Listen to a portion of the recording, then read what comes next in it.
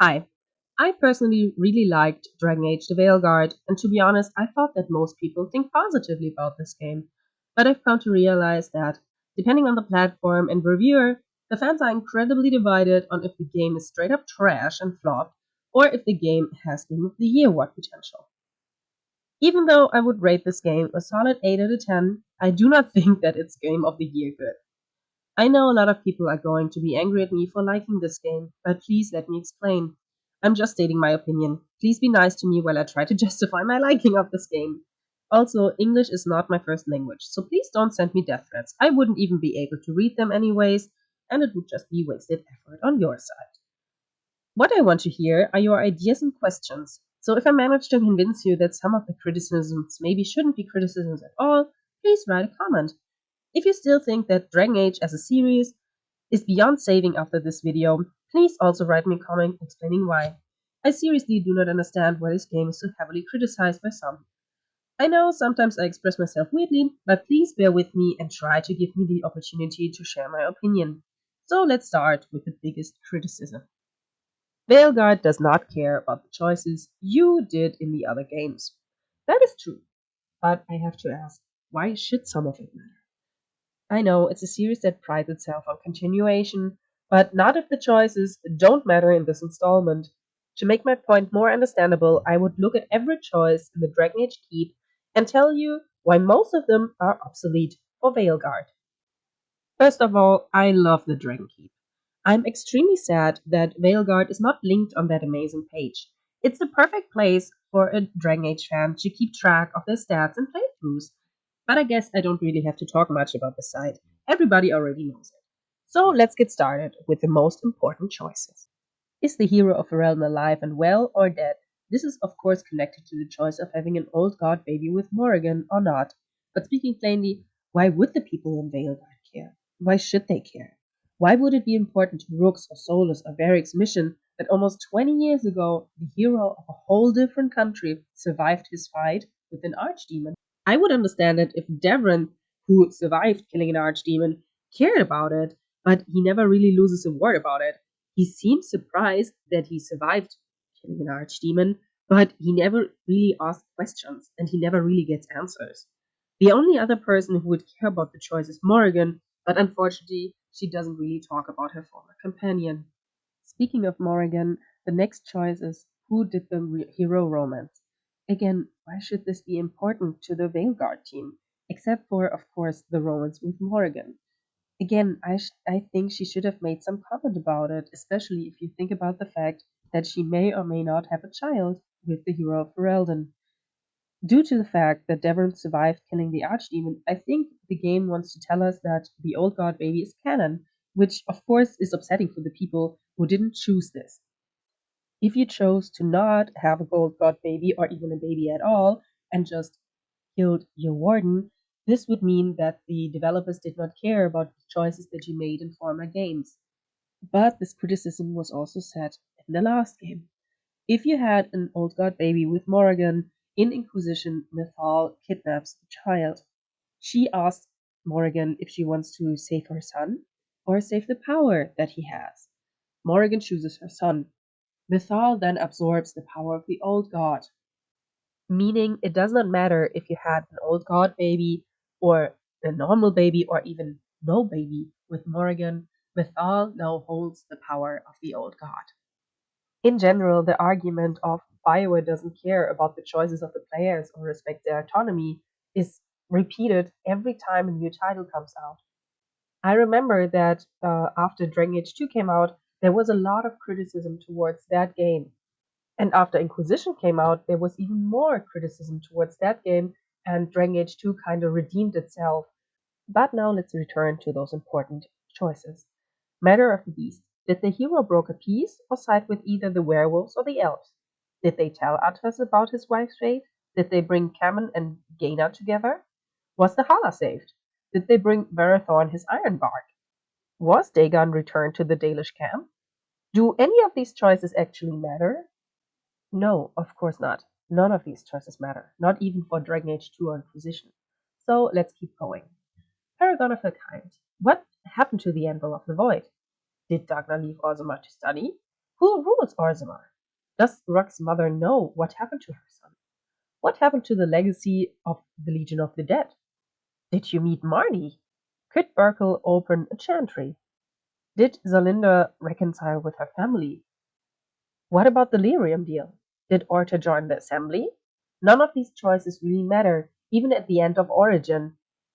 I mean, even the choice of who is going to be ruler of Orzammar is not really that important. Then, if they're not even important for the ending of Origin, why would these choices even come up in Veilguard? Broken Circle. Who did the hero support? Did Irving survive? Did the hero kill all the mages in the tower like Colin asked him to do? Denerim. What happened to Sir Landry, Marjolaine, Oswin, Sister Justine, or Slim Cauldry? What happened in the Pearl or to the Crimson Oars? Did the hero return the ring and the amulet? Were Master Ignacio's assassinations completed? Did the hero poison the urn of the sacred ashes? Prologue. What happened to the prisoner and the Mabari hound? Isle of Redcliffe. Did the hero help Redcliffe prepare? What happened to Bevan, Velena, Connor, Isolde, or Bella? The Landsmeet. Who rules Ferelden? I know that a lot of people are going to say that this is the most important choice, but my defense is why should it matter now? Veilguard plays approximately 20 years after Origins.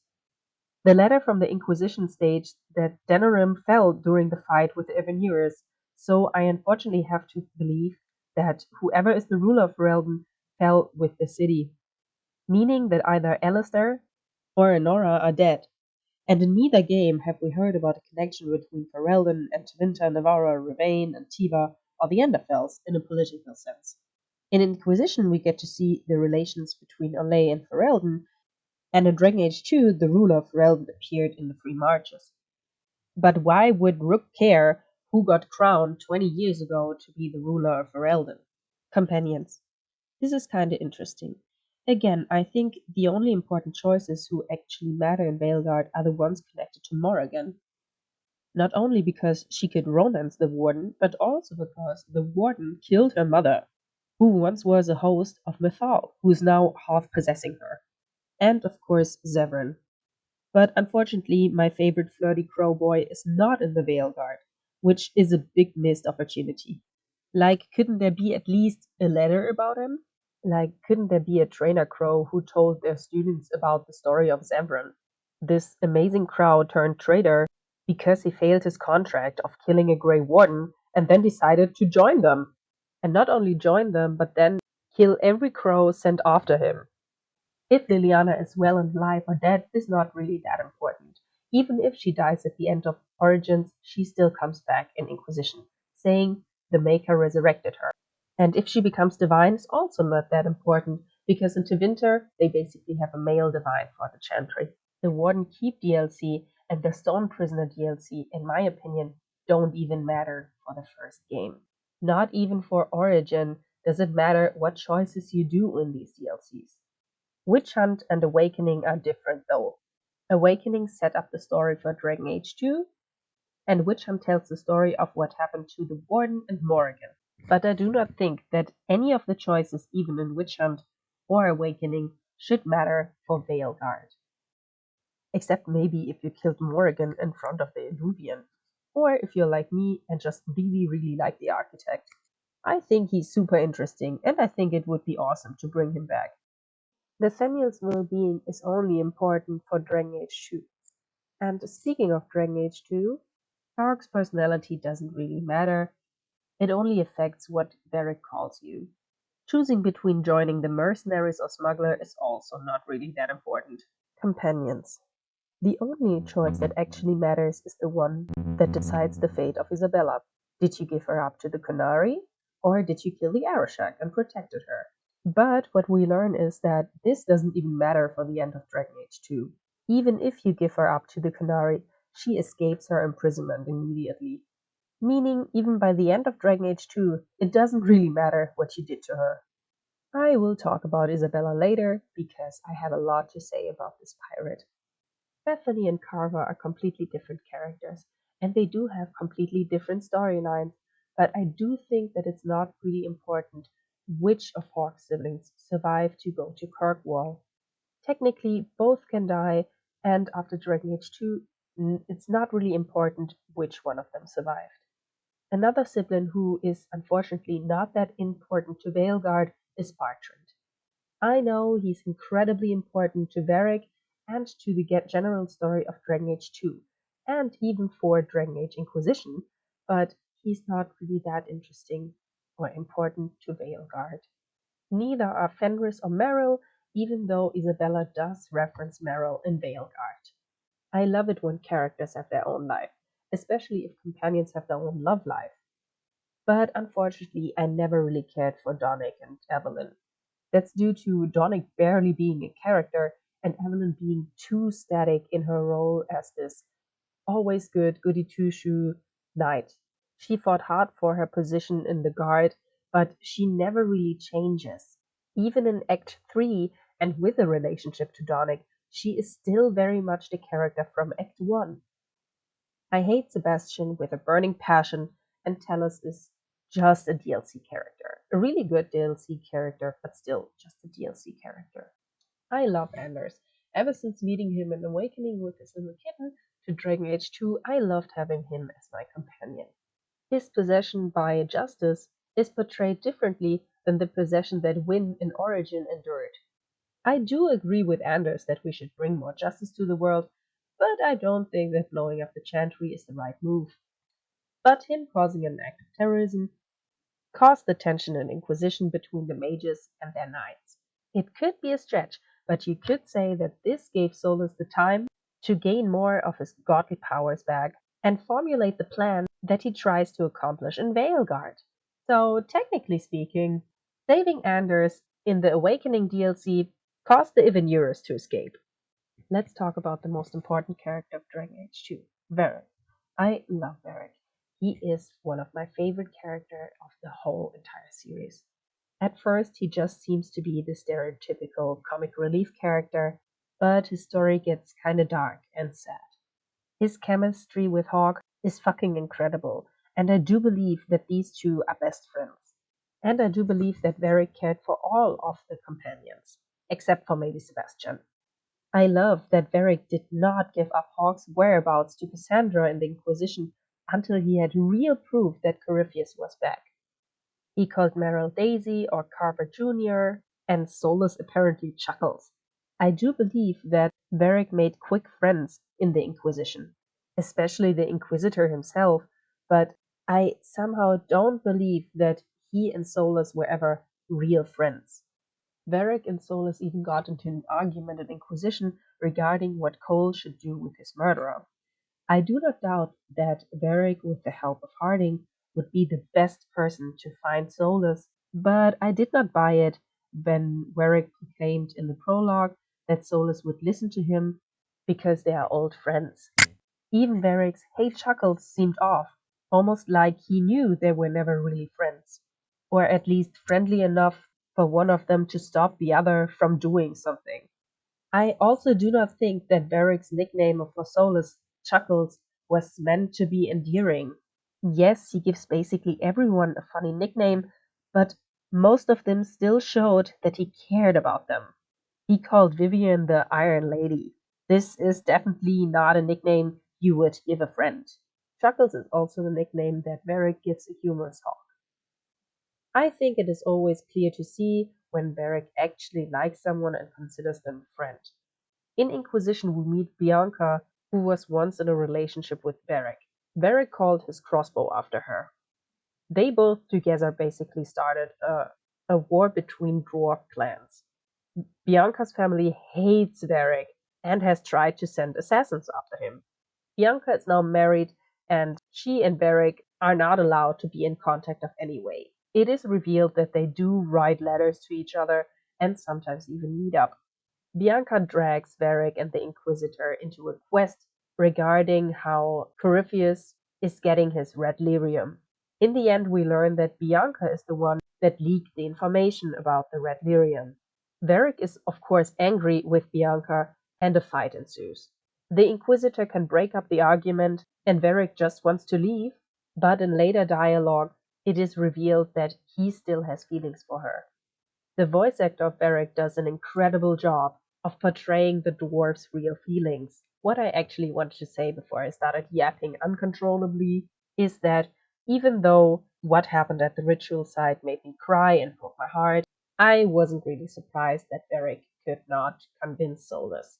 But unfortunately, no choice that you make in Dragon Age 2, even if it regards Beric, is actually important to Veilguard. None of the choices during the three acts in Dragon Age 2 actually matter to the overarching story in Veilguard. Not even what happened to Fainriel, and if he truly left for Tevinter and started studying there. It's a shame, really, because I quite liked the story of Dragon Age 2. The Legacy DLC was only, of course, important for Inquisition due to the fact that it featured Corypheus. And for the choices in Inquisition, well, if you've played Veilguard, you know which choices Bioware deemed important enough to continue in Veilguard. But I would have loved to see more from Inquisition. Since Veilguard is basically Inquisition 2, I am confused why there are so little references. Yes, you can ask the Inquisitor for help, either an army, spies, or power, which of course correlates to advisors Cullen, Josephine, and Liliana, but none of these three characters ever appear in Veilguard. We later meet up with Dorian, another favorite character of mine, but also he doesn't really talk much about his former companions. In general, I have the feeling that none of what we did in Inquisition actually mattered. Yes, we closed the Fate Rift that threatened to destroy the whole world, and we killed Corypheus and destroyed all his demons, but that seems obsolete.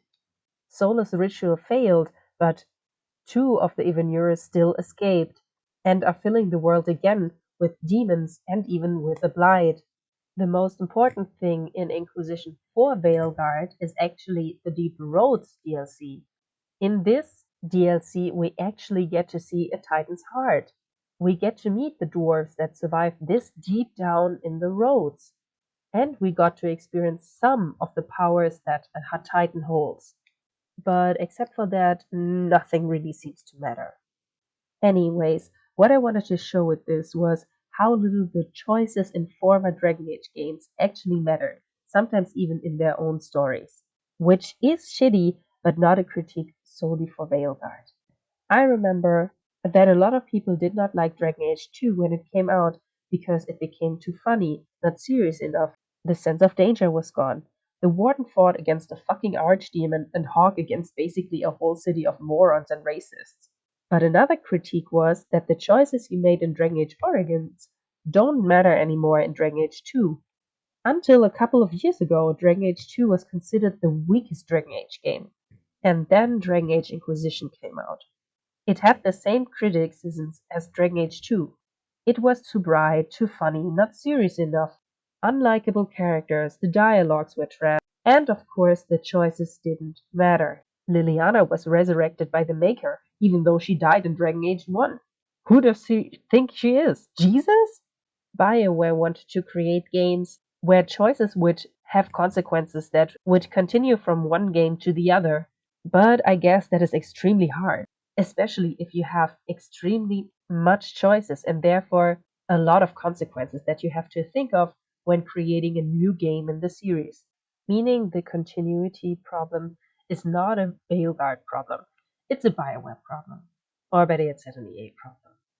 Dragon Age is not the only series where BioWare could not achieve their dreams of a game series where the choices of the player continue through the different installments of the series. But, like I asked 10 hours ago, which choices should have mattered to Rook's journey?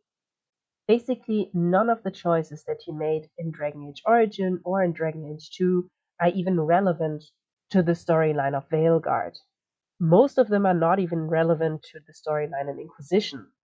And I know some people are gonna say, well, we don't want Veilguard. We wanted a better game where our choices are reflected.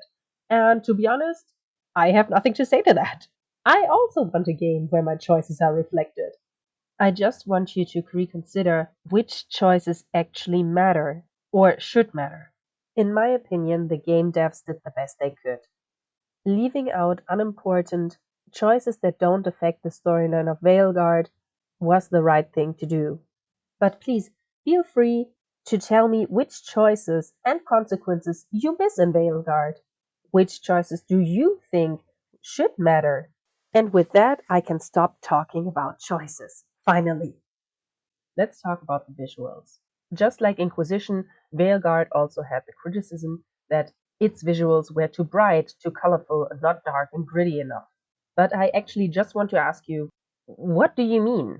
Is everyone lying to me? Am I the only one who thinks this? But do you truly prefer the visuals of the former games? With former, I mean Dragon Age Origins and Dragon Age 2. I do not believe that there's anyone out there who actually misses Dragon Age Origins' boring and colorless worlds, as if you would really prefer walking through the deep roads or the forest with the Dalish camp in Origin than Arlothan Forest in Veilguard. I understand wanting a darker game, but you cannot tell me that the visuals in Origin are in any way superior to Veilguard. I am not only talking about the age difference. Of course, Origin is an older game and therefore its graphic cannot compete with the graphics of a game that just came out, and I'm not judging Origin for that. But even with this in mind, I think Origin's visuals are just boring, dull, and colorless. And I know that it's also a stylistic choice to better show how hard and gritty and dark the story is. But on the other side, I do not think that bright colors or colorful visuals represent a funny game where nothing bad happens. I truly do not understand how a game being brighter and more colorful can be a fair critique. So I decided to try and compare the game areas from Veilguard and Origin, if there is an area to compare to. Again, I don't want to shame Origin for its age. I just want to show that I think the criticism of the visuals of the former game being superior to Veilguard's is utterly ridiculous. Let's start with the lighthouse. In the beginning, it looks decrepit and sad, like it would crumble away any minute. Some areas are still locked off because the companion that lives in this area has not yet been encountered.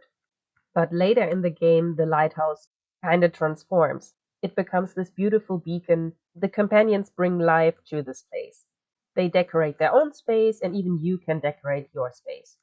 There is no real place to compare it to Dragon Age Origins, because in that game we just camped on the fucking floor in the woods.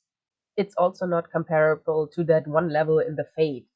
In general, the Fate in the first game looks so different than it does in later games. And to be honest, I like the looks of the Fate in the later games more. I really like the level in Origins where you meet Win and travel into the Fate. Jumping through the different realms of the Fate, gaining new powers and all, is super creative and fun, but you cannot tell me that you actually like the visuals more than the visuals of the Fate in later games. But I have to say, yes, this version of the Fate is extremely bright. Even in Inquisition, the Fate was shown to be darker, more dangerous, and hard to navigate. In Veilguard, we do not only get to see the lighthouse, but also the crossroads. I absolutely love this area. It opens up so much potential. I love the concept of the Illuvians standing on different islands and that these islands represent the places that the Illuvians lead to.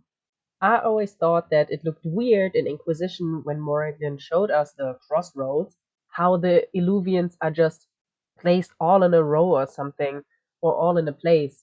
The only thing that I do not like about the crossroads, or better yet said, that I do not really understand, are the spirit refugees. As far as I understood it, enemies infiltrated the crossroads and caused havoc and drove those spirits away. But for some reason, the caretaker's only action was cutting off access and ways to some of these islands, and even some areas on the same island. The caretaker said that the protection mechanisms of the islands cannot separate the spirits from the intruding enemies. But isn't the caretaker the protector of the islands? How can they not see the difference between the spirits that were always there on these islands, apparently, and new intruders sent by the Ivanurus? Like we see full on Antam on these islands. How can the caretaker mistake an Antam for a spirit? After we kill all the intruders, the spirits can return to their place and order is restored. But I still think it's weird how the caretaker apparently couldn't differentiate between a living being like an Antam or a Venatori and a spirit. The fate especially Solus's prison. This area is purposefully dull and colorless. It's just gray and white. But the visuals are so strikingly so well, especially because this is at a point in the story where we learn the truth of what happened at the ritual site. I could not imagine this area being colorful. It has even less color than the Fate scenes in Origin, and also less floating chairs for some reason. Arlathan. I really like this place. It looks like a forest which just goes into fall, with how the colors are changing, and it reminds me of the woods in my hometown. The views are incredible, and the pathways in the forest are windy and long, sometimes even a little confusing. I can see that only the elven veil jumpers really know their ways around the forest, but I think that the Arlathan forest has so much more than that. The forest is set in a fall season, also for storytelling purposes. You can see the Hala are dying, even before we get the quest to save one.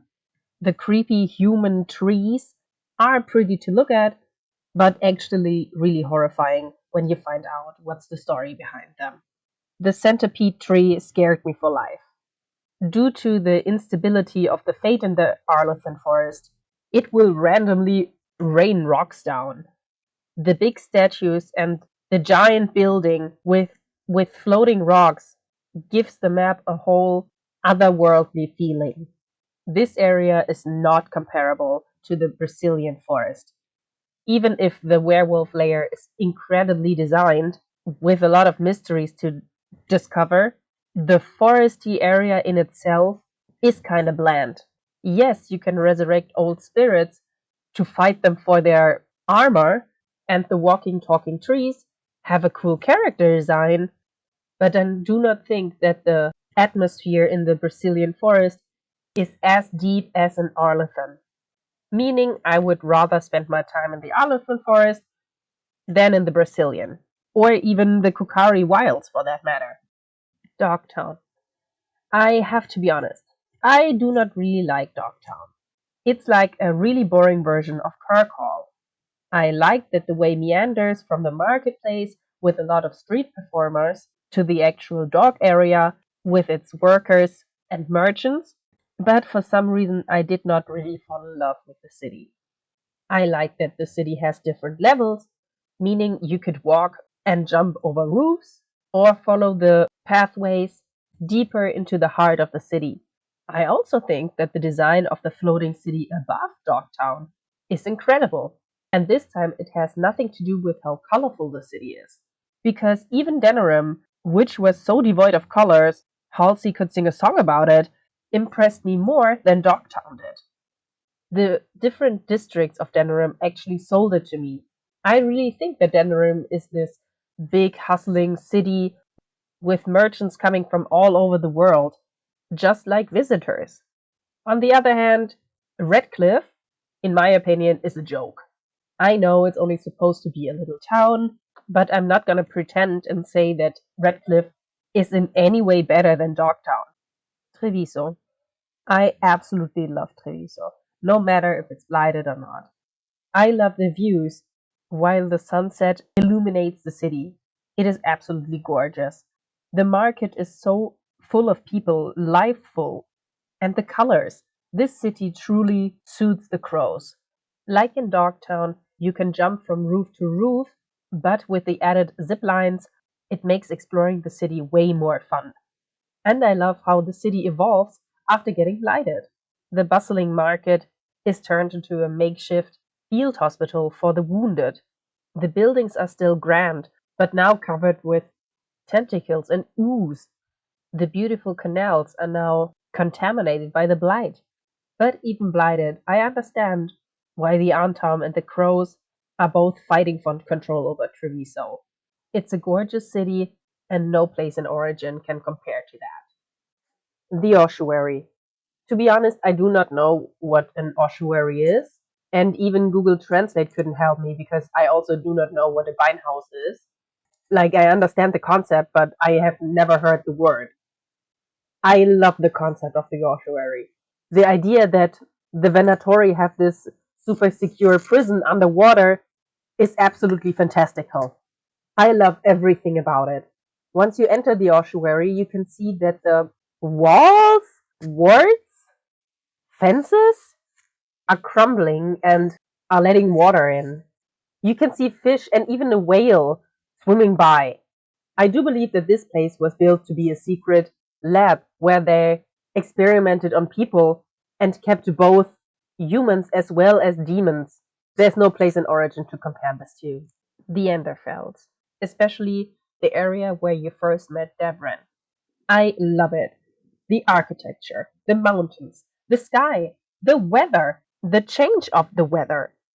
I've realized that I really like wide open areas where I can look onto the horizon.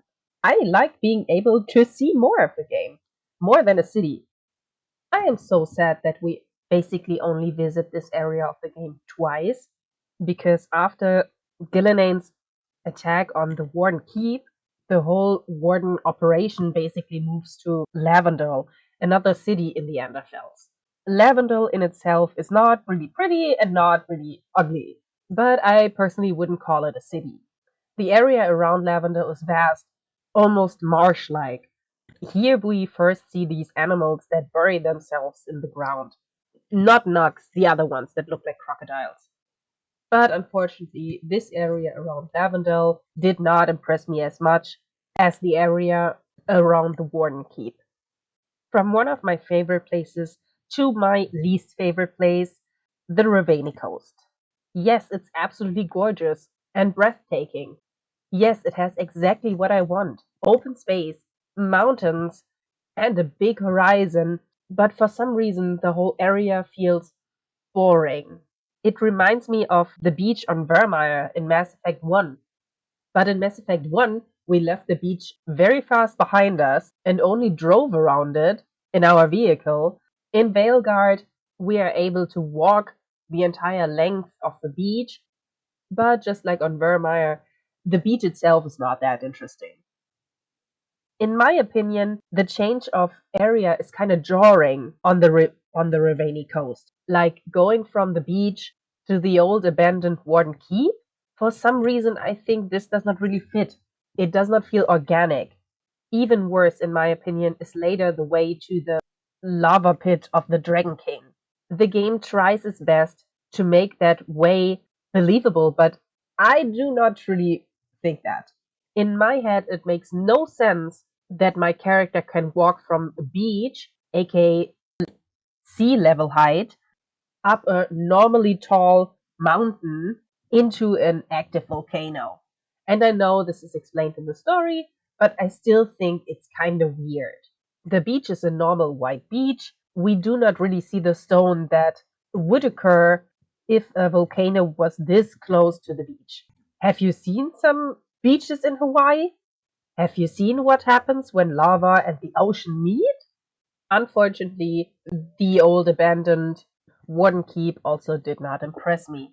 And also, unfortunately, I cannot compare this area to any game area in Origin because we never really had an area with an ocean view.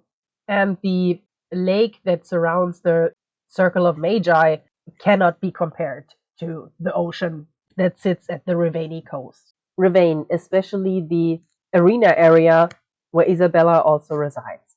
This is not a real area. This map is so small, I do not even consider it a real game area. You barely have any quests here, and the quests that are located here are, to be honest, trash. Why would I fight 10 rounds in this makeshift arena for nothing? There is not a lot to discover. Yes, there are merchants, but that's it.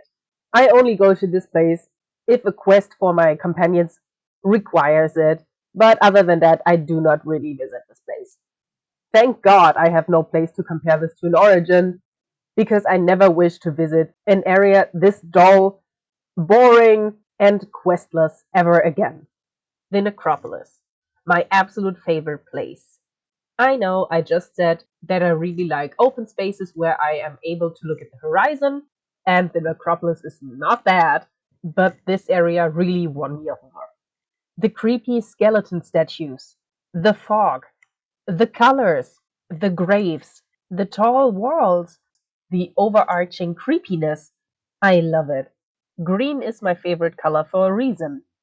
Cassandra's description of the necropolis and Inquisition didn't do this place any justice. But besides the creepiness, you can actually see that the Mornwatch really care. The gardens are immaculate. It reminds me of pictures I have seen from the biggest graveyard in Mexico City. The necropolis is awe inspiring, creepy, eerie, and absolutely beautiful. 10 out of 10. Cal Chirac, Izana Negat, and the Deep Roads. I have a confession to make. I do not really like Ozamar. The architecture is cool, and I do love that it looks like it's built into an active volcano, but I did not like walking through the city in Origin. And to be honest, Kelcherak I like even less. It does not have the benefit of this cool backdrop with the flowing lava, the different districts that are divided by height, meaning how high they were built, and the interesting people that you can meet. Stargard is basically the only real dwarven character that we can talk to in Culture Rock, which is extremely sad because after the Deep Road DLC in Inquisition, I was so excited to learn more about these dwarves that kind of got changed because of the Blight. But unfortunately, the area in itself is kind of boring. Izana Negat on the other side is extremely amazing. Again, the fucking view. You can see the body of the Titan laying there. This is what I love. You can walk to the entrance to the deep roads and never lose sight of this Titan. The snowy mountains look amazing. The sky is so clear. I love this area. With pictures that tell the history of the dwarves. It's amazing. I absolutely love this area. And of course, the deep roads. The pathways in the deep roads in Veilguard are way more straightforward than the meandering lines that they were in Origins. We don't travel through so many tides like we did in Origins, but in my opinion, the deep roads in Veilguard look better. Like if I just showed you a picture of the deep roads from Origin, you could not really place where this area would be on a map. In Origin, the deep roads were just extremely boring, in my opinion, except for when we encounter cool architecture or enemies. But just traveling through the first tides is incredibly. And even though the lyrium veins near the anvil of the void in Origins do look eerie, I think they look way better in Veilguard. The area with the statue of the ancestor of the dwarves is absolutely beautiful. The shrine is really impressive, and giant lyrium crystals grow around it. The actual heart of the Titan itself is also really cool. The red lyrium crystals glow dangerously bright. This time, the veins look like they are filled with blood. An amazing visual. Demeter's Crossing. The town is not really that important to the overarching story, but I think it looks so cool. We have never really seen the damage that the Blight actually takes. The most we saw were the dwarves that went crazy that followed Bronca into the deep roads. Yes, Lothering was destroyed, but we never really saw that. We never really saw how Lothering and the people looked after the attack of the Darkspawn. Demeter's Crossing shows what could happen to other cities when the Blight advances. In general, I have to say I actually really like the visuals of the Blight. It looks like an illness. It looks like this gooey, sticky, dark stuff that infects you, gets into your body, and manipulates your mind. Together with the pulsating tentacles, it looks like some being that is alive. It looks wrong, it looks sick, but most of all, in my opinion, it looks extremely dangerous. Yes, while playing, the Blight is not really a problem for us because we just destroy it as if it were nothing. But I still like the visuals. While we are here talking about the visuals of the Blight, we can talk also about the visuals of the enemies. especially the Darkspawn. It is obvious that they do not look like they looked in former games, and I think that's trash. If you encountered an ogre in Dragon Age Origins, it took a lot to take him down. He looked dangerous, he looked angry, he looked like he could kill you, and he looked creepy. It was obvious that he belonged to the Darkspawn. He looked like something that would come from the deep roads to terrorize the people. And even the ogre that you encounter in Inquisition looks way more scary than the one that you encounter in Veilguard. In general, also, I think with the smaller Darkspawn, the enemies in Veilguard look a little bit Mass Effect y. They remind me of the enemies that you fight, especially in Mass Effect 3, the different alien races that got turned into cannon fodder fighting for the Reapers. I thought that the smaller Darkspawn were suddenly just husks. The Venatori still look like they did in the previous game, and also the design for the Anton did not really change since Dragon Age 2. I do think it's weird that we have to fight some Skyrim-esque Dwemer constructs in the Arlathan Forest, but to be honest, these machines actually, in my opinion, fit the Arlathan Forest kinda. But yeah, no, the Darkspawn do not look as dangerous as they once used to be. Let's talk shortly about my companion's personal enemies. Every companion has a personalized storyline where they need the player's help to get rid of their personal nemesis. I think that most nemesis fit well into the story of my companions. Aelia is threatening not only Dogtown but the whole of Minrethys. Zara experimented, tortured, and later possessed Lucanus with a demon. Anaris uses Belora's dead brother to gain power. Hezenkos is building a Reaper to destroy Navarra City. The Dragon King hunts Taj for their ability to breathe fire. The Gloom Howler is threatening the Griffins. And the Titan's Heart is just angry. I'm a little bit sad that we do not really see a satisfying death for most of these nemesis. Zara gets killed by Ilario. Aelia is getting killed off screen. Hezenkos is getting killed by the souls that she imprisoned. The Gloomhowler gets stabbed in a cutscene, but for some reason her death is treated like a hero just fell. Tash kills the Dragon King, but it's also kinda off screen. The only death that my character personally took part in is Anaris' death. He kinda just gets sucked down into hell? I don't know. He seems to be afraid to go back where he came from, saying that he needs to escape his eyes. But that's it. Almost every death seems kinda anticlimactic. Another complaint that I've heard quite frequently was the lack of blood. Or better yet, said that your characters do not get splattered with blood anymore. At first, I thought that this complaint was a joke, but apparently, a lot of people really take this serious. And I have to ask, why? No, seriously, why? For me, it not really mattered that much, but apparently, a lot of people care about this. So please, could you explain to me why? In a lot of other games, your character is not getting splattered with blood, and I have never seen those games get criticized by their lack of blood. I know this criticism is tied to the fact that some people think this game gets too family friendly or too PG, but just like Inquisition and, for example, Mass Effect, this game still has a PG rating of 16. Another reason why I do not understand this criticism is because this does not change anything about the story of the game. Realistically, who cares if your character is splattered with blood, especially if it didn't even matter in the first game? I always ask myself why my characters in Origin wouldn't just wipe their faces. Like, they literally had blood on their faces and were talking to other characters. And another thing that I did not understand in former Dragon Age games, my characters get also splattered with Darkspawn blood. And yes, some of my characters may be wardens, but others are not. I visit the deep roads in Origin with Alistair, Morrigan, and Ogren, and only me and Alistair are wardens, aka kinda immune against the effects that Darkspawn blood has. Why are we not panicked that Morrigan and Ogren are splattered with Darkspawn blood? I thought that stuff was so dangerous, and if you ingest the stuff, you either die or you become a Grey Warden. Didn't we have to look for darkspawn blood to even start the ritual that made us wardens? We even had to cure my Mabari hound of the effects that darkspawn blood had on him. When Hawk ventures into the deep roads, he can take his brother with him. And if he does, his brother gets actually contaminated with darkspawn blood.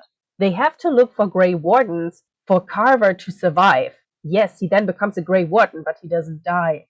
Meaning, why wouldn't my characters at least wipe their faces when they come in contact with darkspawn blood? Is all of this really that deep, or am I just yapping? The characters on a visual point. When the trailer first dropped, I didn't really like the art style. But after playing, I have to say, I think this art style really suits these characters. Except for maybe Morrigan. And the Inquisitor. But I couldn't imagine any of my companions in a, for example, Dragon Age Origin style.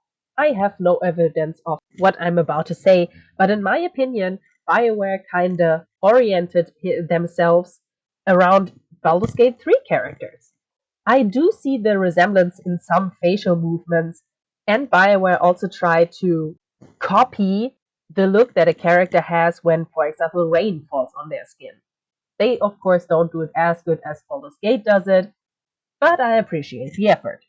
And to be honest, the characters in Inquisition looked like they were always melting. They looked like they were made out of wax. So, yeah, I do think that the art style for the characters this time is actually better. Maybe not so much for Morrigan, because I think she actually benefited from the darker, more muted tones of the former games. Even though, to be honest, she looked kind of whack in the first game with her eyeshadow, but her primary colors are black and purple. Now, let's back off a little bit from the visuals and let's start about the most important part of a BioWare game, the characters, especially the companion characters. And we start, of course, with my absolute favorite character of this game, Emmerich. I will not hear any complaints about him. I will not hear you out, and I will not argue with you. He is the cutest, politest, and most adorable character in all of Veilguard. His outfit reminds me of that flower of death, or also called corpse flower. Even if you don't romance him, he's just such a sweet guy. He's always dapper, and he has the advantage of giving me another son, Manfred. Anders brought with him his kitten, Solus gave me Cole, and now Emmerich gives me a slightly magical skeleton boy to adopt. I love that Emmerich is portrayed as this devoted man to his job. He really cares and respects the dead. He loves his job, and I love a man who has a job. I do think that he's not completely honest when talking about Hesenkos. In my mind, they were a little more than just colleagues, but even when they fight, he is still respectful. We stand a respectful king. 10 out of 10, my favorite character in Veilguard. Harding. I love Harding. I thought she was cute in Inquisition, but having her as my companion made me so fucking happy. Her enthusiasm, her positivity, and just overall cuteness is making me fall in love with her. And now comes the part where I am going to defend her of having her on my team. I do think it makes sense that she is my companion. She was not only the scout that accompanied the Inquisitor to their journey into the deep roads in Inquisition, she also discovered, as one of the first, the heart of the Titan and its powers. She was fascinated with the dwarves that resided in Culture Rock. Also, she's the best scout that the Inquisition has.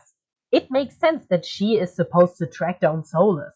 She works great with Varric, they trust each other, and on that front, I totally believe that it makes 100% sense that she is on our team. Now, let's talk about the powers of the Titan. I have to agree with the criticisms.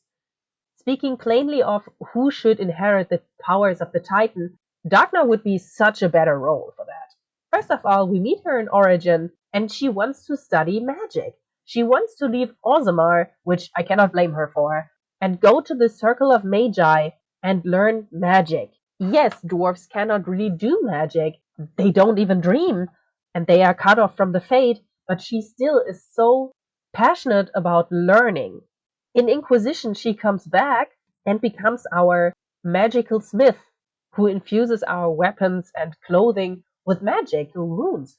It is obvious that Dagna made a name for herself, and I can totally see how excited Dagna would be to learn more about the Titans and their powers, but also learning about the history between the Titans and the old elven gods, the war that the Titans lost and therefore lost their magic. This whole plotline suits Dagna way more, and I do believe that the developers should have made Dagna a companion. But again, I also really like Harding, and I do believe that she should be in the team. I am confused why we couldn't just have these two dwarf women on the team, but well. But again, I love Harding as a character. I completely understand her anger at Solus after she learns the true story of her ancestors. She says that Solus always greeted her in Skyhold, but never really told her the truth. He was there. He knew what happened to her ancestors. I also like her reaction to learning that basically the whole Andrastian fate is made up. It makes sense that with all these changes and new discoveries, her anger takes over and her powers get uncontrollably.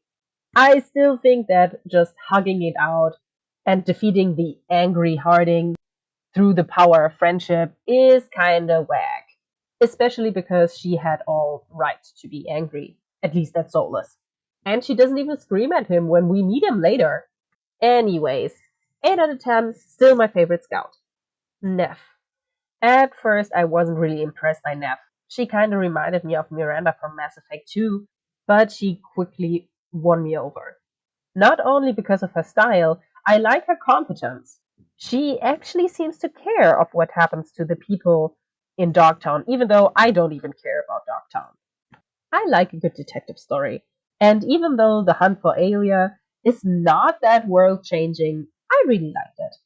Nev actually had to think and work together, for example, with the threat, to find more clues and leads. I do believe that she's smart and competent enough to be a real detective. And I do believe that people believe in her and trust her and ask for her help. Her romance with Lucanus is also really cute. I think they fit great together. Besides that, I also think that she's an amazing friend to the other companions, especially Belara.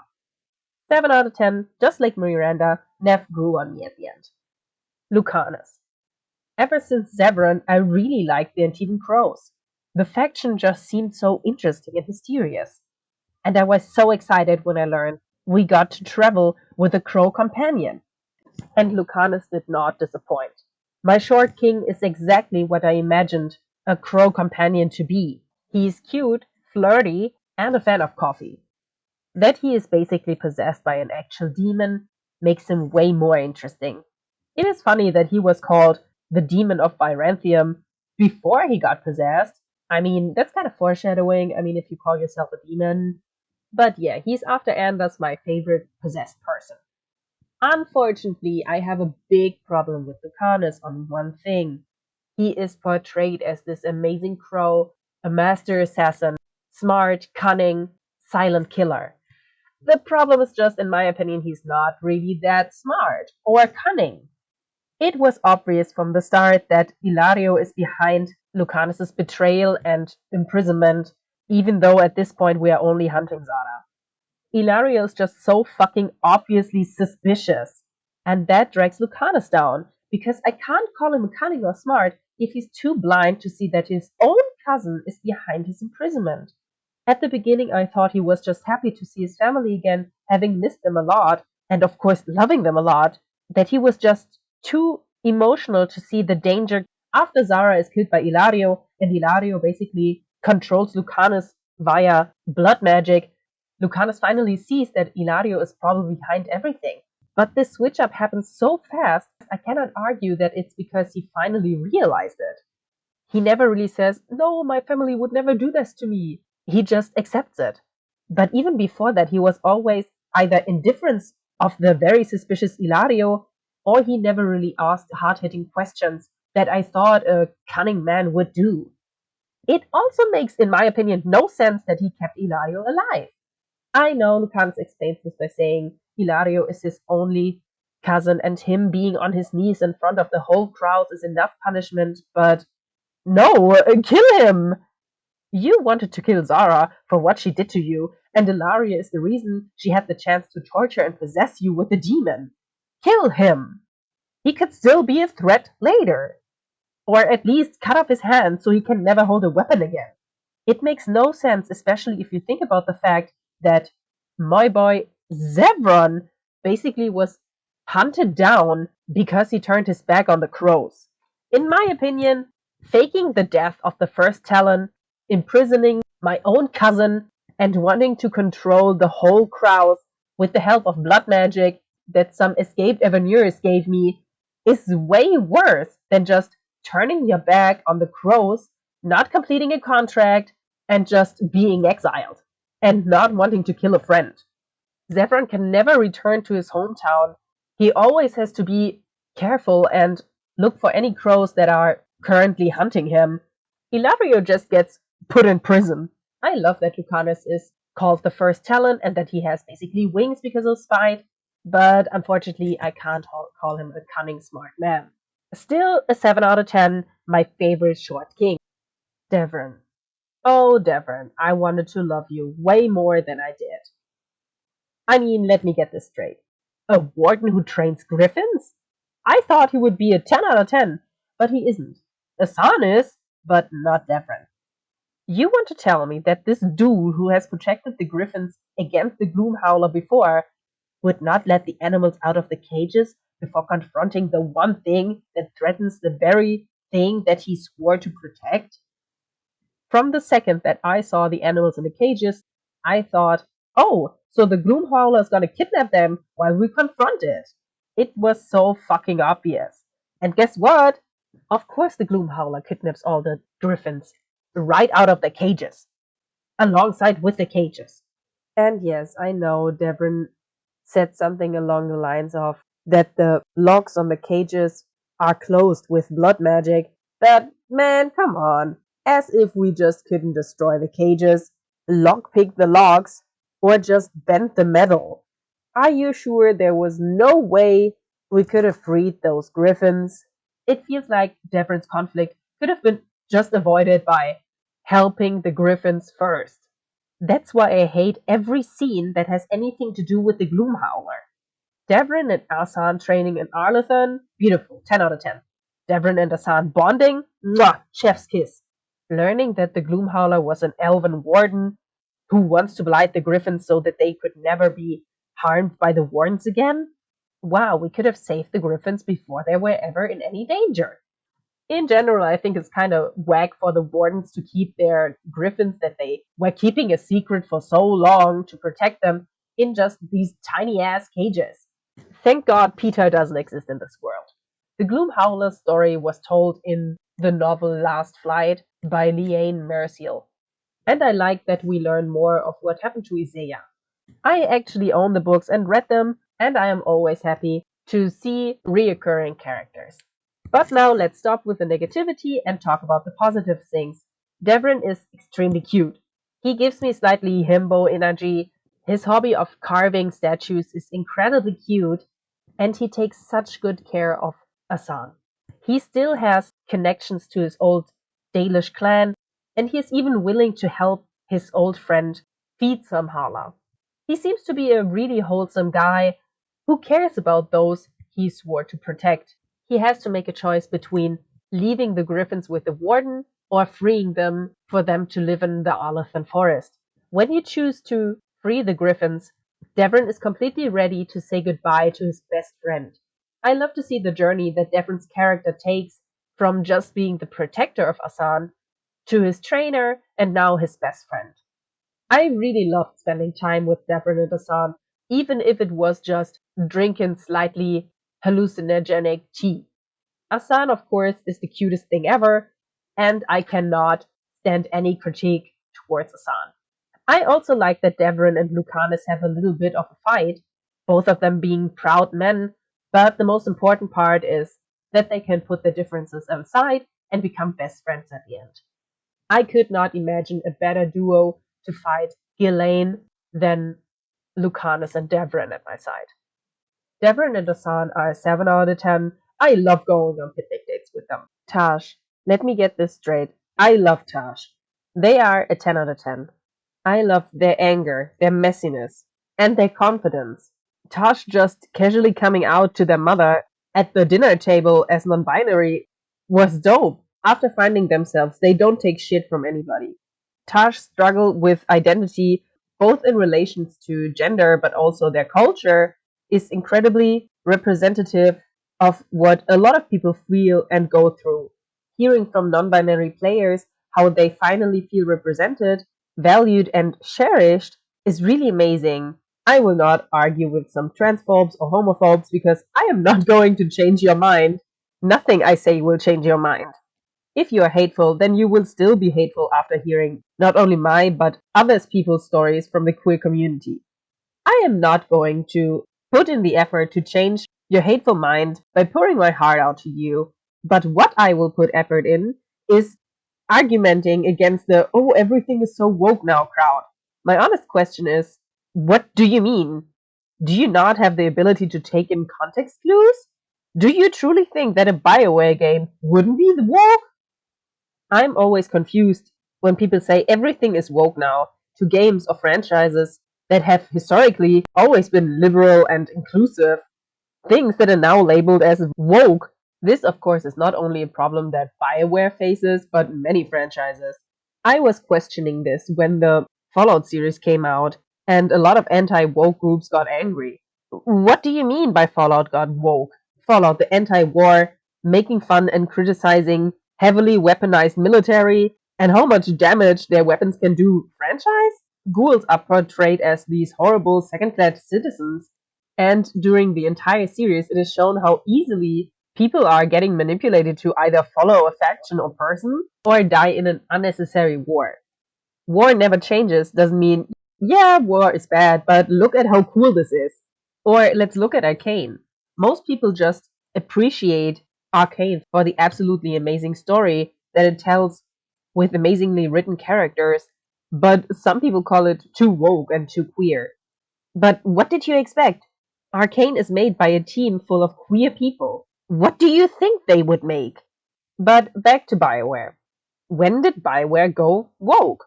My honest opinion, the studio was always woke. So let's look at the studio's history and the games that they made to prove my point. And to do that, let's look at the second game BioWare ever created, Baldur's Gate. It broke ground for its genre and made BioWare a household name.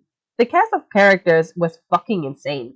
There were around 25 unique companions with different races, backgrounds, beliefs, and identities. All of them had different wants and missions that you could help them with. Some were friends with each other, some didn't like each other. Yes, you could not really date or romance someone in the first game, but you could see and witness the relationships of the other characters. And some of these relationships challenged gender stereotypes. I always liked Jahira because she was a strong, independent woman, while her husband was a whiny guy. Even some companions commented that Jahira was the man in the relationship and way more dominant than her husband. Dynahair and Edwin are mortal enemies. You cannot have both of them in your party for long, or they will start to fight each other. Dynahair is often considered as rude and arrogant because of her confidence in her power, but in my opinion, she is actually a better mage than Edwin. Edwin has the advantage of his family amulet, which gives him an additional spell, and his specialization, which gives him another spell per level. Dynahair does not have these advantages, and she can still go toe to toe with Edwin. Viconia is a fan favorite, and there is no way you wouldn't call her independent. She's a badass fighter, and I'm 100% certain that she wouldn't need the player to solve her issues. Faldon is a shadow druid who takes extreme, sometimes violent measures to protect nature. She says, evil men have been defiling the woodlands with smoke and waste. I would destroy these men of the Iron Throne. She and Jaheira argue constantly. Even Ajantis, the biggest goody two shoe character, disapproves of her. Halsin is a fraction of what Faldon is. If she appeared in a game today, people would call her too emotional or delusional. But what I actually wanted to talk about is, of course, the girdle of masculinity slash femininity. This cursed belt changes the gender of the character. So technically, you have the chance to transition in a game from 1989. The belt also appears in Baldur's Gate 2, where romance options actually exist. And thanks to the belt, you can actually have same sex relationships with the romanceable characters. For example, if you start your relationship with Vicky as a man, and then later wear the belt and transition into a woman, you can still continue the relationship, even though Vicky's gonna misgender you the whole time. Before I jump to the next Bioware game, I wanted to say something about the Enhanced Edition of Baldur's Gate. Baldur's Gate 2, the Enhanced Edition, came out around 2013 and was published by Beamdog. So Bioware does not really have anything to do with the Enhanced Editions of the Baldur's Gate games. But I quickly want to talk about my current favorite Baldur's Gate character of all time, who is definitely slept on. It's of course Hexad, the lesbian evil vampire thief who flirts with Vicky. She was basically Astarion before Astarion even existed. In general, Baldur's Gate 2 Enhanced Edition and Siege of Dragonspear introduced a lot of queer characters. In Baldur's Gate 1 Siege of the Dragonspear, you meet Corvin, who both dates men and women.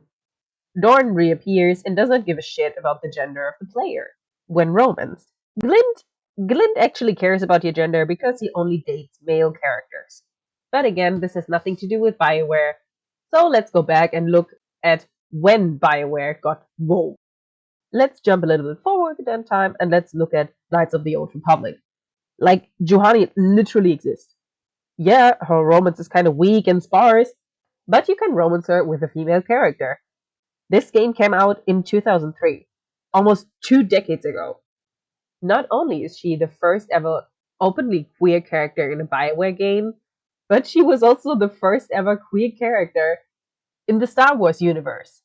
And we all know that Star Wars, or better yet said, Disney, is not really that nice to queer characters or even likes them. Or even like the rumors that some of their characters might be queer.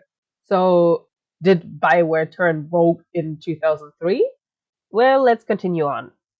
In 2007, BioWare released their, in my opinion, best game series, Mass Effect. And I hope that you know this, but even in 2007, they had queer characters in that game.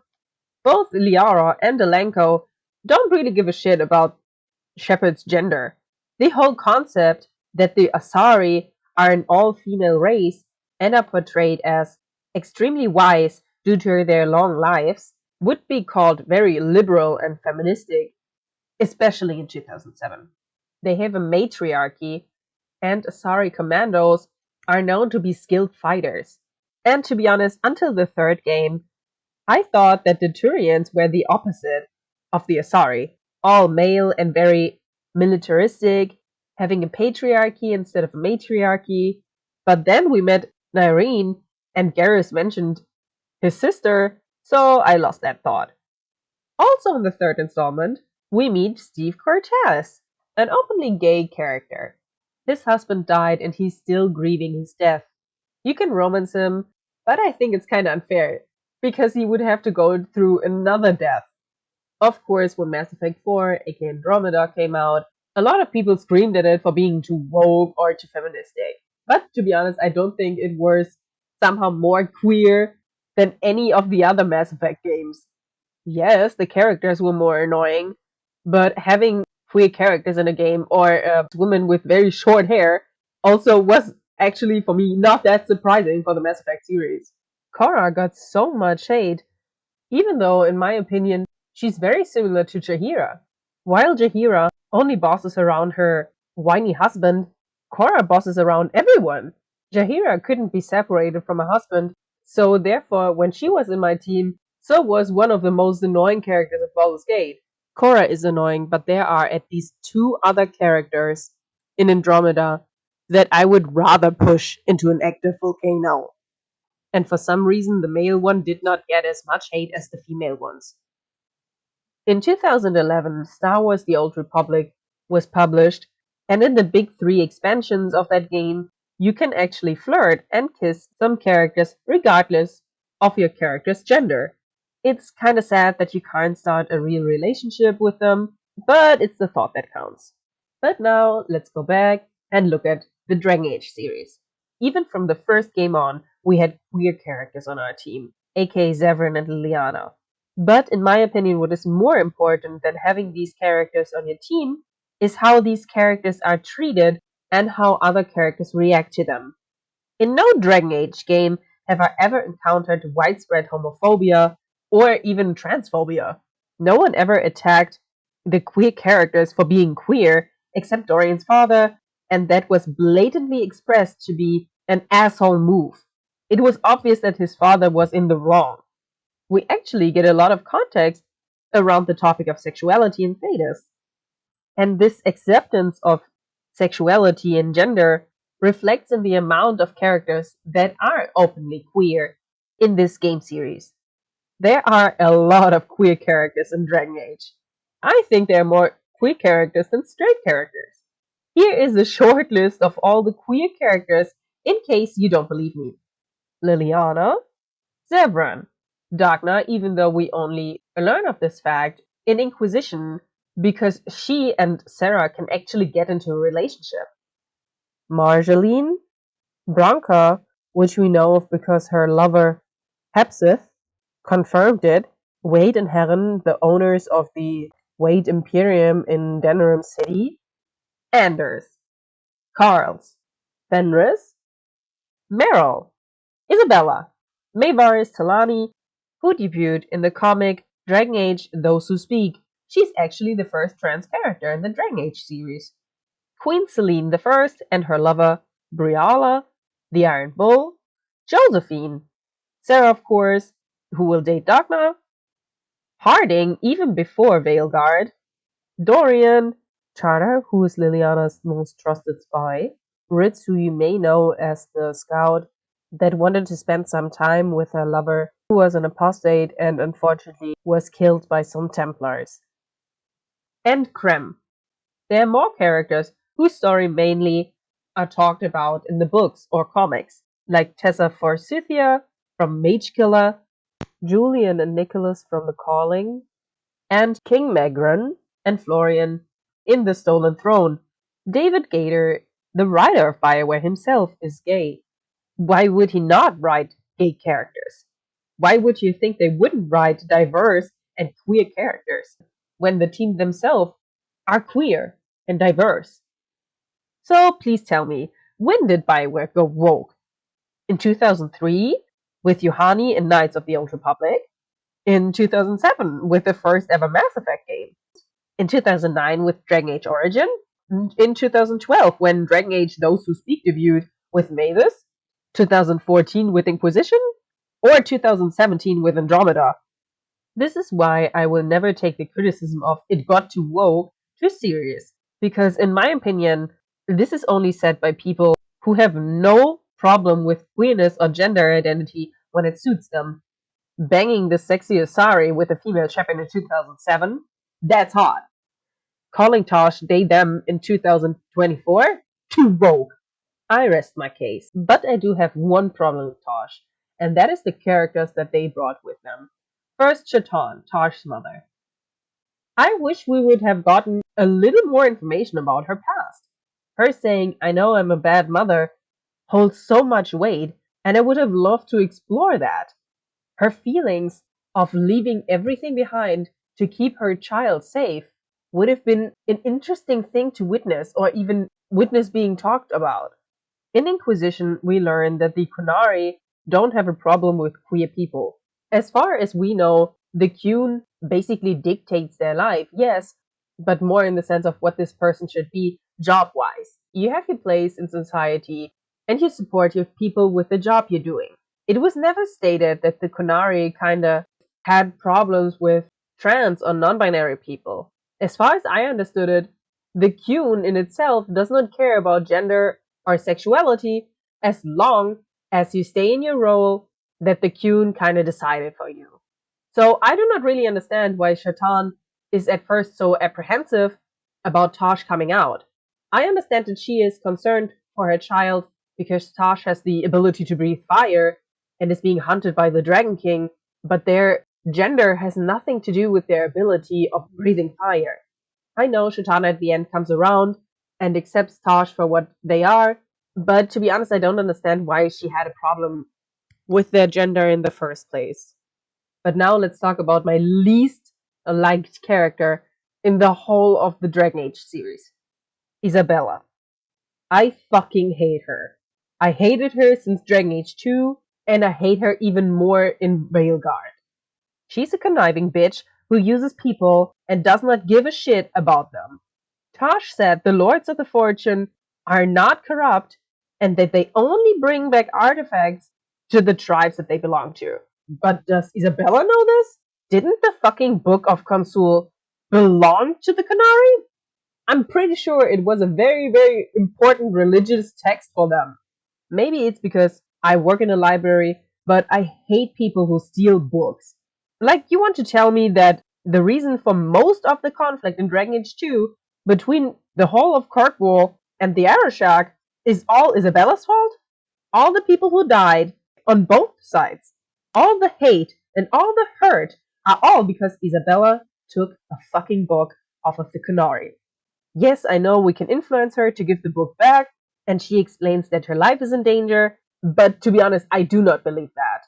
From the first moment she appeared in the Dragon Age series, in Dragon Age Origin, she was portrayed as this badass bitch who can beat anyone in a fight. She beats multiple men without getting hurt. Why would she be in any way afraid of Castilian? The Arishak and his Kunari cannot return to their homes until the book is found. They can never see their family and friends again because of Isabella. Even if she returns the book, the Arishak cannot win.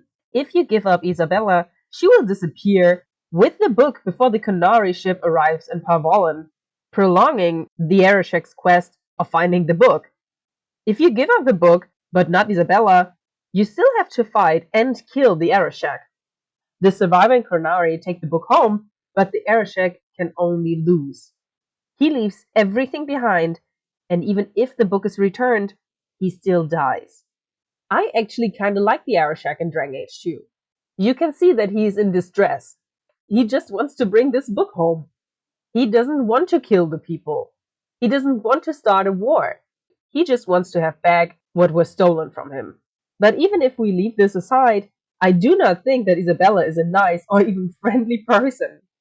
I do think that she loves Hawk, but she does manipulate people to get a one up. In my head canon, she misgenders Tash because she doesn't care about them. That's why she invented the push up apology. Because she can't apologize. She doesn't care. It's not hard for her to do push ups. She's physically fit. So, of course, she would rather do this than admit she has done something wrong, apologize for that, and learn from that. In the story Those Who Speak, she admits to have worked on a slave ship, and when the authorities were chasing her, she pushed the chained slaves overboard to be faster. The slaves, of course, drowned, but of course, Isabella didn't care about that. I also believe that Isabella never really liked Varric. He said what he thought, even if it could sometimes hurt. That would explain why she never really mentions him in Veilguard after his accident. I know now she has some comments about him, but that was after the patches. She also never really mentions any other characters from Dragon Age 2. Yes, she mentions Meryl, but only because she doesn't have Meryl's flashcard anymore, which would help her learn Elven. Funnily enough, Fenris and Isabella would actually start a relationship in Dragon Age 2 if both characters aren't romantically involved with Hawk, which I can't see. I never thought that Fenris liked Isabella, and as for a fact, didn't like her. Just as Evelyn, Sebastian is also not a big fan of Isabella, but I hate Sebastian way more than Isabella. Anyway, I do not really understand why so many people like her. I do understand that she is after Morrigan in the first game, maybe the most male gazy designed character, and as the leader of the Lords of Fortune, she wears even less. But man, come on, porn is free on the internet. In my opinion, Isabella is a grown woman who does not see the errors of her ways, and even if influenced to do the good thing or the right thing, people still suffer because of her actions. I do not think that she gives a shit about any of her friends. She only helped Tosh find their mother because she didn't want to lose them. She sees Tosh not as a friend, but as a valuable asset. In my opinion, she thinks about all her friends that way. From all the characters in the whole Dragon Age series, the devs really had to bring back Isabella. But speaking about the Lords of Fortune, let's talk just very shortly about the leaders of all the factions in Dragon Age Veilguard. I actually think that all these leaders, even though they're similar, are distinctive from each other. Like, I would never mistake Irulan and Strife for Myrna and Borgarth. Every faction has two leaders or representatives that talk to Rook about missions and help that they need or can give. Except for the Lord of Fortunes, because in my headcanon Isabella has to rule the faction alone, because she thinks she's better than everyone. I like that the fractions help us at the end, even if it's just in cutscenes and not as developed as in the first Dragon Age game. Let's talk about the romances. I love them. I love how fluffy and wholesome the romantic scenes are. Like, you cannot tell me that Emmerich's love scene in that romantic graveyard garden with the flowers and all wasn't cute. Like, that's all I ever wanted. A real date with candlelights, food, and dumb questions? Amazing. Getting to know each other during a stroll in the gardens? Absolutely cute. Reviving our magical child? Unbelievable. Emmerich really made me realize that I only like men when they are fictional. I also think that the romances with the other characters are cute as well, especially Belara. And I hate how people talk so negatively about these obviously female gazy written romance scenes. I am actually happy that we didn't get such explicit scenes like in Baldur's Gate 3, because, honey, I love Halsin, but I didn't have to see all that. Every time a reviewer said that they were disappointed in the romances because there's so little payoff, I can't help to wonder what they mean. You spend hours with your companions, see their struggles, help them overcome that, and see them become better people. Like Harding basically becomes the voice of her ancestors with cool stone powers, and you get to be part of their journey. I guess I know that some people are disappointed that they didn't get to see some sex scenes, but again, is porn really that hard to find on the internet? And I know some people are gonna say, well, it's a reward. I put so much time into this and this companion. I want to see this character and my character fucking. Thank God I'm an asexual dyke. It would be exhausting having this kind of mindset. Imagine only romancing a character, going straight over their emotional moments and growth just to see an animated sex scene. It seems to me that when the argument of Bioware characters are so lively and beloved because they're written well comes up, that my definition of that is drastically different from what other players, especially male players, think. But now let's talk about another topic, the combat. I have to tell the truth. Ever since Inquisition, I slowly started to hate the combat in these games. That's because of the amount of moves, spells, and general abilities that a character has. In Dragon Age Origins, the whole length of the bottom of the screen had slots for abilities and spells. I love playing around with attacks, especially spells. I love finding out combos and which spells work great together. Even in Dragon Age 2, they kind of tuned down the ability slots. And now in Veilguard, you may have more moves, but you can only prep 3 normal attacks and 1 special attack at a time. If you want to change your attacks or spells, you have to go to the menu and change them. I did not really experiment with spells and attacks because they were so little spells and attacks. Yeah, but Veilguard basically recycled the feature from Andromeda with primers and activators, but that even lessened my want to find out which spells and attacks work great together. Of course, you cannot play as your companions in Dragon Age Veilguard. It is more closely to Mass Effect, where you can just advise your companions to use their powers. I personally do not have a problem with that. The only other thing that annoys me is that I do not really know when or how I am using my moves. With this, I do not mean my attacks that need to be selected before the fight, but the smaller moves that I unlock in the skill tree. I try to integrate them into the fighting, but my enemies either died before I could finish the combo, or my character just didn't do the combo. Sometimes my character did the move, even if I did not want them to do it.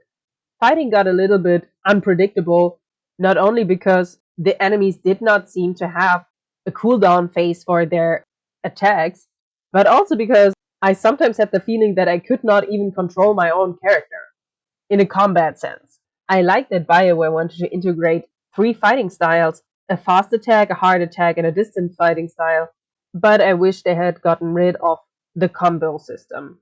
Not the combo system with your companions, but the unpredictable moves that your character does. But what I do love is the mage fighting style. Especially during the end game, it feels like I'm unstoppable. My mana regeneration is so strong that I can pump out spells like it's nothing.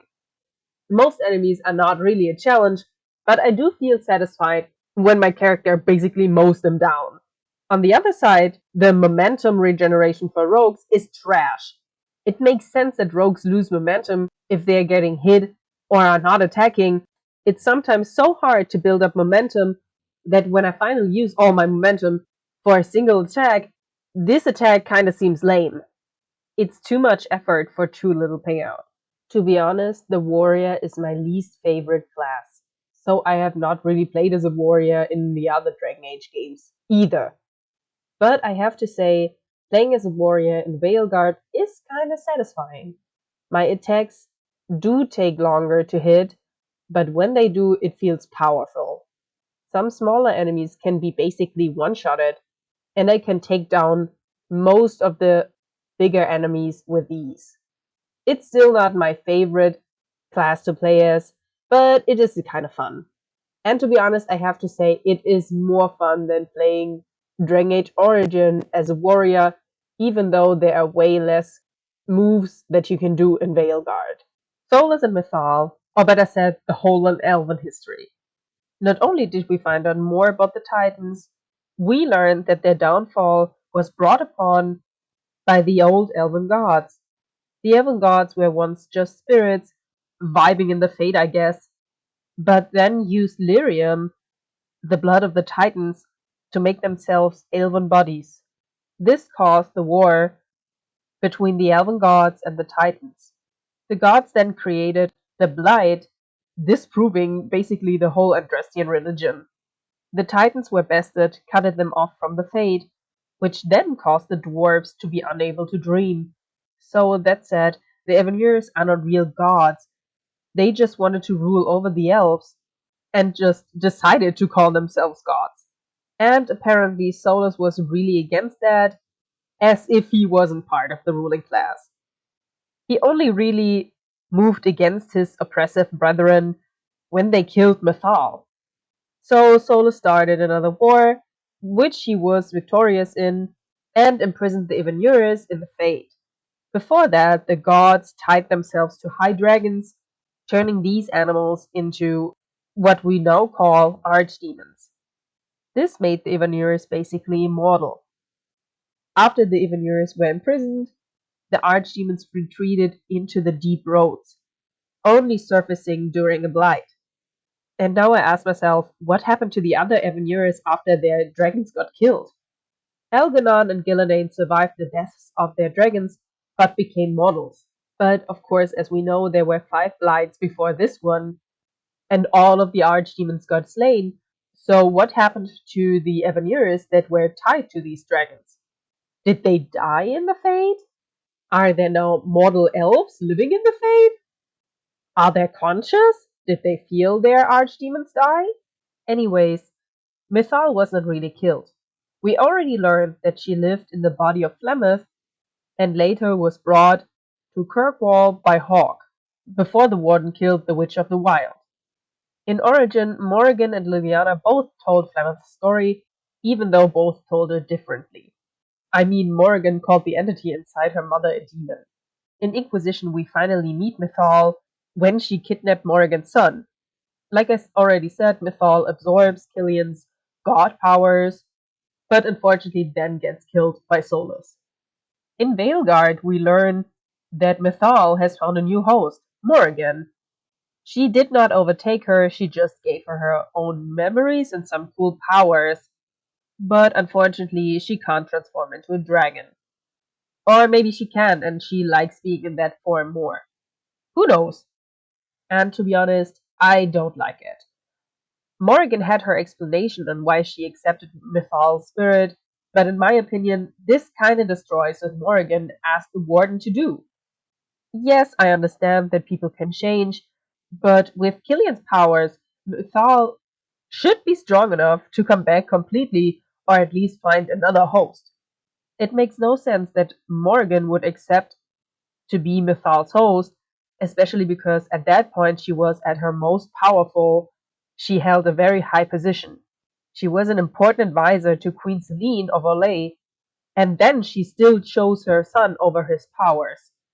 I do not see why Morrigan would then change her mind, even if the entity spoke to her not as Mythal, but as her mother. The whole Mythal thing in general makes very little sense. Why would a splinter of her still exist in the Fate? That would mean that the Mythal that we have been meeting in the real world was somehow incomplete, which would make sense. In this game, either Morrigan or the Inquisitor drink from the superpower pond of Mythal, but Mythal appears physically. She seems to be kind of powerful. I don't understand why her appearance changed so much. Yes, her crown is iconic and important, but that shitty wish fate version of Mythal looks nothing like her. Not even like what the memories picture a young Mythal to look like. Talking about appearances, why did Solus have this ugly ass haircut? Like, yes, Mythal's death hit him hard, but boy, this is not good. But what I love about Solus in Veilguard is his manipulation. He's called the god of trickery and lies for a reason. He actually manipulated me. I did say in my first playthrough, whatever it takes. I fully trusted this bald guy. I love him. He's one of my favorite characters. Even when there was a time in which I hated him so much. If you know, you know. If you don't, you don't. I am not surprised that he could manipulate Rook and turn the current events into his favor. Even after betrayal, I still hoped I could trust him again. But I doubt that the Inquisitor would trust Solus this quickly. Yes, them saving the fate together healed a part of my heart that was broken 10 years ago. But, girl, are you not angry at him? I do not understand why she would forgive him so easily. Man, at least scream at him. He's breaking down not because of the Inquisitor telling him, oh yeah, we can do this together. He's breaking down because his fucking ex girlfriend is apologizing to him. He wants to save the world, not because of Rook, not because of Morrigan, not even because of his old lover who risked her life and left her allies and friends behind to come save his ass. No, he only changes his mind after talking to the splinter of Mythal. And the Inquisitor accepts it. If I was her, I would be fucking furious. Especially after what he did to Varric. So yeah, beating Solus's ass and trapping him into the fate was kinda satisfying.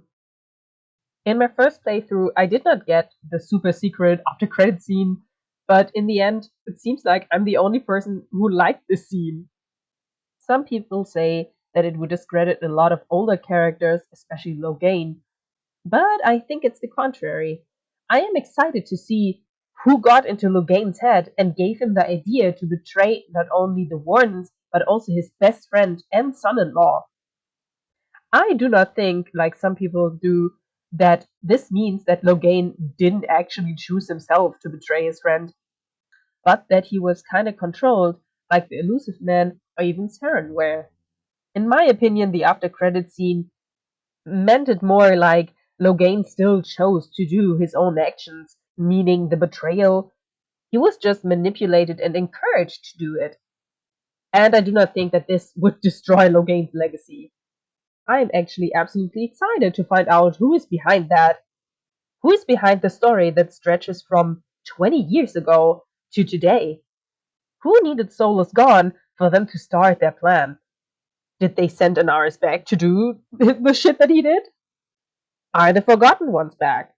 Does it have something to do with the big threat that the Kunari were fleeing from before landing in Parvalan?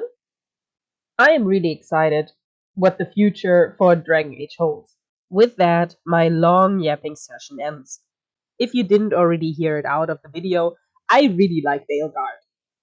From the characters that feel like real friends, to the humor, to the visuals and music, and the overall vibe, to the beautiful locations, except, of course, that arena on the Ravani coast. That place sucks ass. I think Veilguard is a great game. And even if the fanbase is divided, it seems to be at least a financial win. I think it's a great game, even though I do see the flaws. Veilguard has so much missed potential. The game gives me the same vibe as Dragon Age 2 when it just came out. Both games wanted to continue and expand the story from the games that came before, but were not as well received as the first game. So that leads us to my last questions. Could I change your mind on some of the criticisms that float around Veilguard? Do you see the points that I made in this video, or do you even have counterpoints? Do you hate me now? Please tell me in the comments. Thank you for listening. Gute Nacht. Tschüss.